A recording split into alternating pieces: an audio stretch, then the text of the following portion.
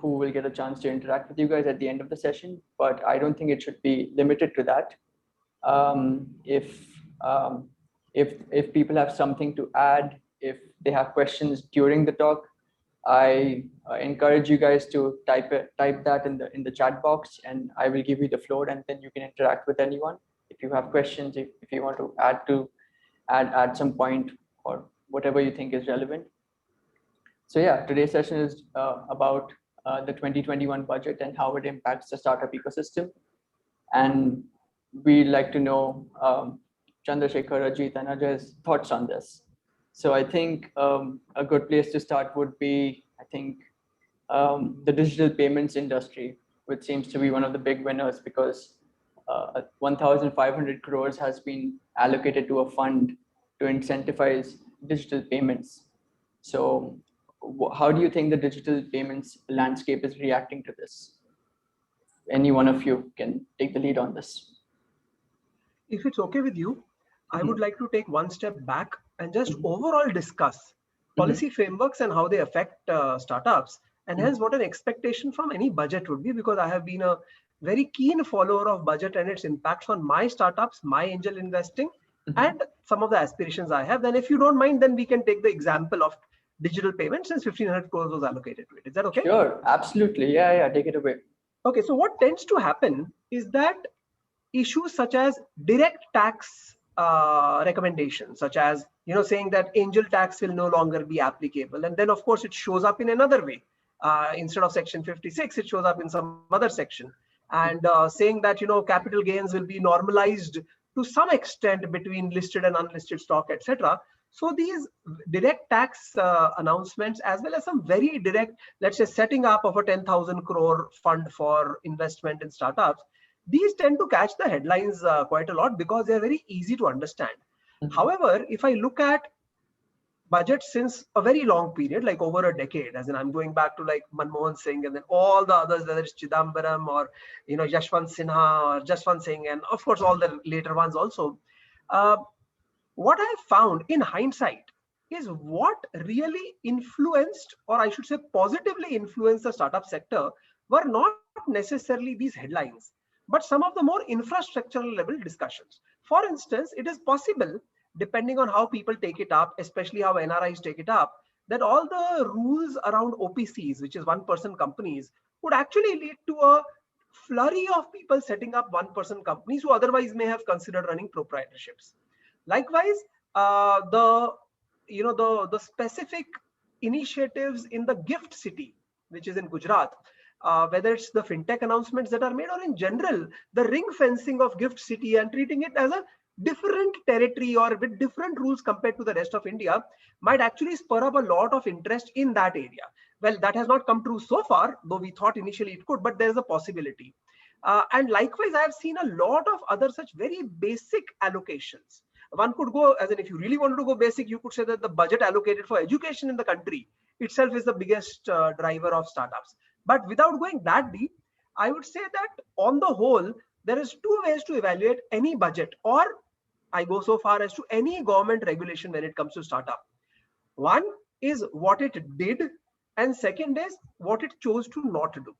Right? And if you think about it, a lot of complaints that we in the startup sector tend to have less to do with what they did.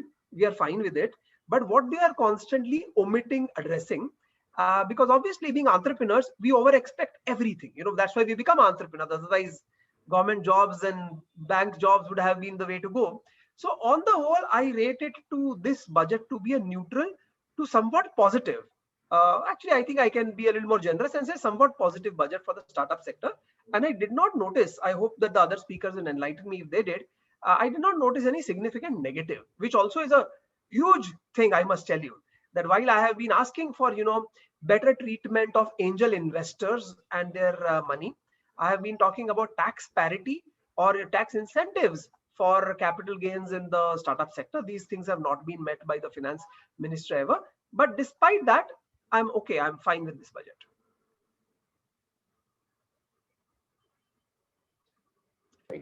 If you have anything to add to this, that would be great. You would like to go, Ajay? Yeah, please go ahead. Okay, I mean, to add to what Ajit said, I think Ajit started it in a very nice way to first explain, in terms of what is the overall scenario. Let me be very specific to the question that you asked about the 1,500 crore, which essentially is financial incentives. That's what the budget, puts it towards digital payments, basically encourage the financial inclusion. Now, one of the thing, that is being discussed in the industry is the MDR, which is the merchant discount rate. That, has become zero when it comes to the UPI and the RuPay debit cards. Now, especially when it comes to the tier 2, tier 3, tier 4, now that is like a dampener because you encourage fintech companies to start. So in terms of, the opportunity to start, that is significant. But in terms of opportunity to monetize, that is not significant because if it is zero on a UPI and RuPay card, it doesn't, incentivize. So one of the question that is being asked is, okay, you have this 1,500 crore allocation, you call it as, financial incentive, but how much of that, is going to also incentivize the startups for having penetrated into some of the areas, where they want to ensure that it is digital and cashless. So that's one of the objective. To add again to, the gift, the Gandhinagar, the project, which is Gujarat International Finance, tech, or whatever they call it as gift. Now, it's a very interesting initiative because it is called as SC, which is International Financial, Services Center, to be a top-notch, world-class, sort of a fintech hub, so that it can encourage, a lot of startups. But what I liked about this in particular is it's going to create, they say, 1.5 lakh jobs. I think that is, truly exciting to me, from a startup perspective, which means one is, to ensure that you have the infrastructure to start, but more importantly, can that also ensure that it leads to job creation? Because that's what startups, MSMEs, are doing. I would stop there because that's what I want to add, on the question that you raised. So I think I agree with both of the points being made by both Ajit and Chandrasekhar. And I think the budget has always been a significant policy document which enables and directs a lot of investments. Obviously, when we look at startup as an ecosystem, we always look at fintech or consumer tech and health tech and all those type of platforms, both from an angel VC. But even if you look at the way the allocation was done for something like as simple as ethanol manufacturing and stuff like that, the budget has always played a very significant policy framework in that direction. It's to a large extent, what is bothering the lot of startups is that the fact is that the cost of compliances are going up through the roof. And I think one was hoping that in the budget, some of that could have addressed. And that is something which, the Prime Minister also spoke about it last week, that the cost of compliances, he will try to bring down 6,000 compliances, which all the companies have to file. There's no differentiation, I think whether it's a startup or in a late stage company. So that would something which I thought the budget faltered on in my mind, that, they have to get to this, the level of compliances today. Even if you're taking on small investment from an angel or otherwise, the amount of forms people have to file up is not funny. And the number of certifications and number of valuation reports and all you have to make up, it's becoming, it's sort of it's becoming that a lot of time and effort and procedural time that goes in that type of direction. So I think that is something which would be very useful if in case that is sort of addressed in an immediate basis as directed by the policymakers.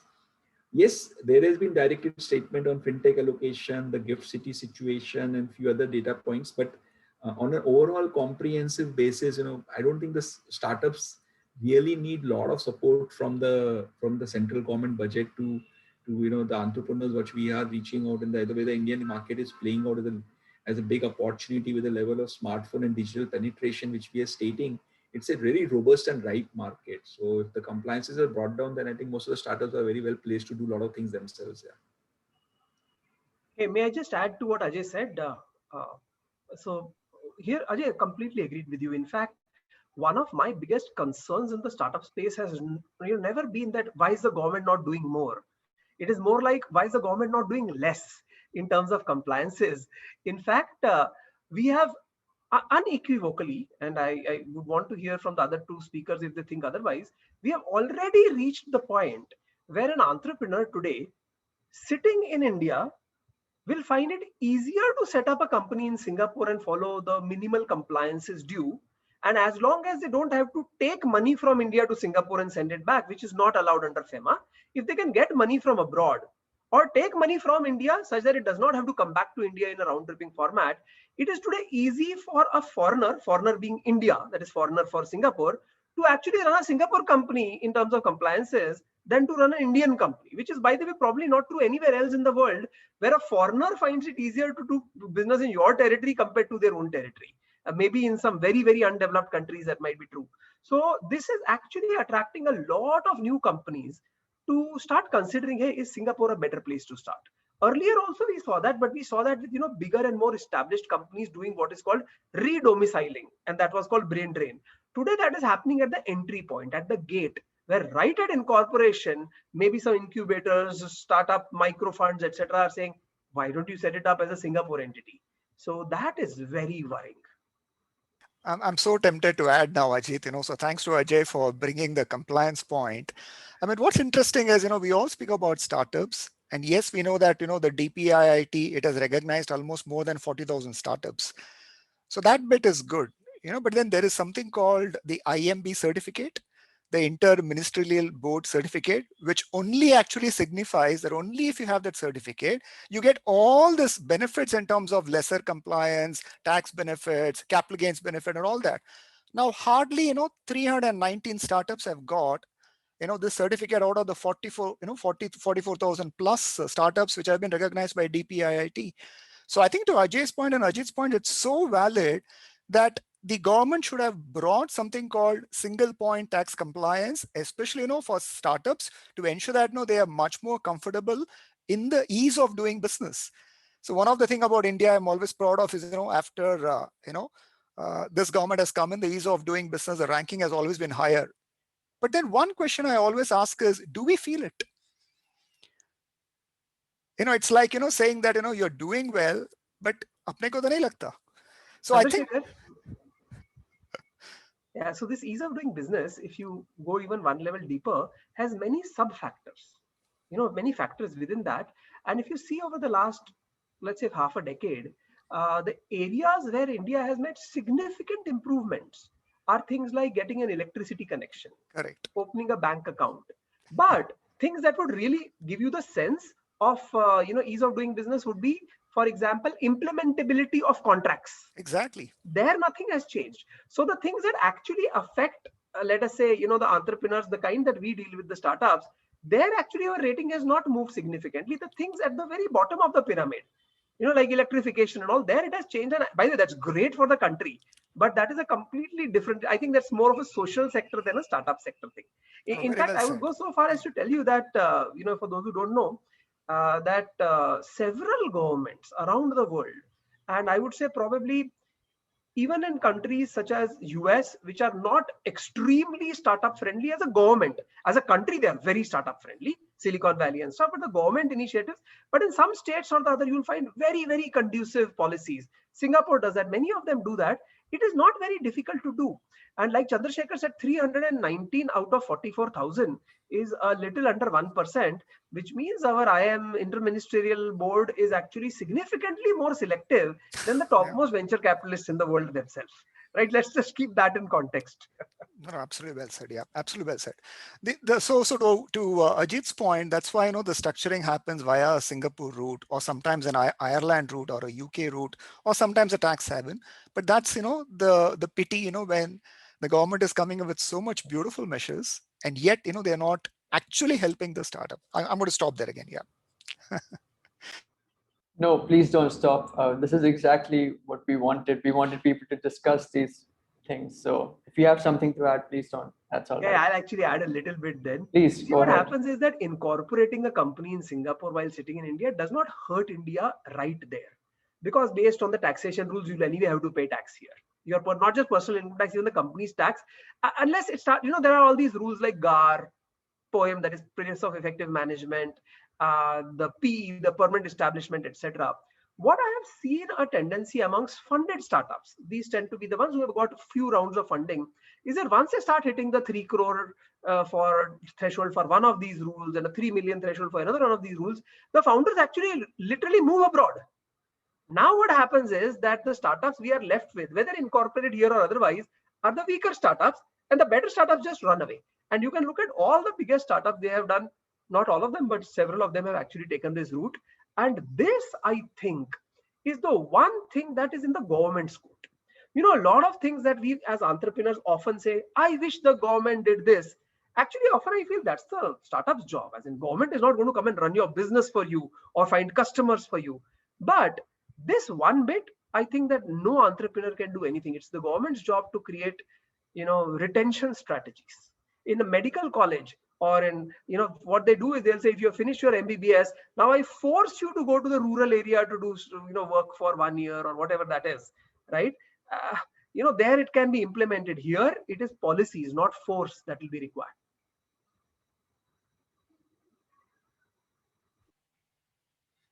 Sorry. If anyone wants to keep the conversation going, please feel free. That's totally fine. No, I'm totally inspired again by, you know, Ajay starting on this compliance, because I'm a big fan of ensuring, you know, that there is ease of doing business. And I just add to, you know, what, you know, Ajay started. When we speak about this budget, yes, this budget has, you know, brought certain benefit in terms of, you know, the definition on what is a small company. But then look at the definition. You know, they say paid up capital from 50 lakhs to 2 crores. They say turnover from 2 crores to 20 crores. Abhi 20 crores kya hai yaar? And the government takes claim, you know, in saying that now 200,000 small companies will benefit, you know, because they'll have lesser compliance. Kya lesser compliance? It's speaking about IFC not being there, which is your internal financial controls. It speaks about, you know, few GST, you know, sort of returns not being there. It speaks about that you can only have 2 board meetings in a year. You know, how many MSMEs are there in this country? There are 6.3 crores MSMEs. And we're just saying 200,000 small companies could benefit milenga. So I think I'm so inspired by what Ajay started and then Ajit, you know, is discussing. I think this compliance is something, you know, that needs to be discussed in a much more significant manner by the industry, by professionals, you know, by, you know, other bodies, you know, who are, you know, part of this industry, to ensure that something should happen, you know, in such a way that, as Ajit rightly said, you know, there are various parameters. You know, jo bhi, you know, significantly apne ko improve nahi hota hai, you know, don't just claim credit for that. I think, you know, be focused on how the legal world can be much more easier, how the contractual obligations could be much more easier, how could, you know, some of these laws could be made as into a single window clearance. I think that's the name of the game. So if I may come in again, so here's the thing. I can see that several of the people who are listening are potentially entrepreneurs or from startups themselves. So I'll give you something which will hit very close home, which is the concept of stock options, ESOPs. Now, what startups do is not just create a vehicle for entrepreneurs to come and, you know, whet their entrepreneurial appetite and potentially create something great. They also create, if for every one entrepreneur, they give at least a few dozen, if not a few hundred employees an entrepreneur-like experience, so that they don't have to go to traditional industry, large corporations, government, but work in a startup environment and potentially harvest economic rewards which are entrepreneur-like. And the vehicle to do that is called stock options. Now, the employee stock options in India, barring exceptions like Paytm, for example, is a very good exception, because the management has made it their fundamental, one of their responsibilities to, you know, help the stock option program have secondary buyouts, etc., thereby making the taxation issue relevant or sane for the you know, employees. But currently, the way it stands, I must tell you, and this, by the way, is not a recommendation, this is a recommendation of what not to do for the people who are in startups. You can almost run a stock option program today in India like a scam, which means, sorry, what is your name, the moderator of this session? Hi, I'm Shoradeep. Shoradeep. So what I do is